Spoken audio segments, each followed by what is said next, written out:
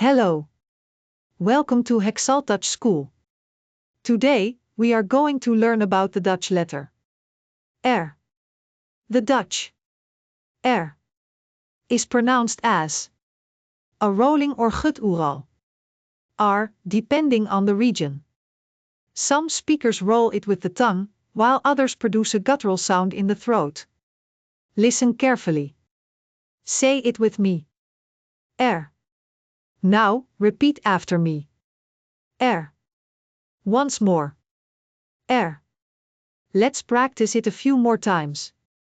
Listen first, then repeat after me. Say it again. R. Now a little faster. R. And once more at normal speed. R. A common mistake is pronouncing R too softly or like the English R. Make sure to pronounce R with a clear roll or throat sound. One more time. R. Let's say it 3 more times together. First, slowly.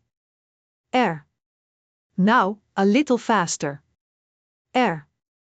Finally, at normal speed. R. Great job. Keep practicing. See you in the next lesson.